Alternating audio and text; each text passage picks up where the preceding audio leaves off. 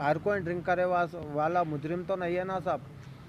हर कोई ड्रिंक करता, हमारी बस्ती है, हम इसी के आशिक के। वहाँ पर कुछ इशू हुआ था क्या, कोई लड़ाई झगड़ा हुआ था क्या? हमारे फ्रेंड सर्किल में एक छोटी फैमिली में लड़ाई हो गई। वो लड़ाई में पुलिस वाले आए, पुलिस वाले आके समझाना छोड़ के पुलिस वाले खुद अम्मा को मारे। जो हमारे साथ जिसके अगेंस्ट पे लड़े हुए उनको पीएस में बिठाए पुलिस वाले। ये पंच मारे तो पुलिस वाले इधर पीठ के ऊपर भी मारे पुलिस वाले लटों से आपकी थी उतरते लड़ाई वो? उतरते। मेरे से हमारे साले से हुई थी लड़ाई। आपकी लड़ाई थी? आपकी आपके साले की लड़ाई थी? हाँ, मैं हम नहीं, दोनों मेरे की। मेरे साले की नहीं, मैं मेरा साला एक हमारा दोस्त था उसकी लड़ाई थी।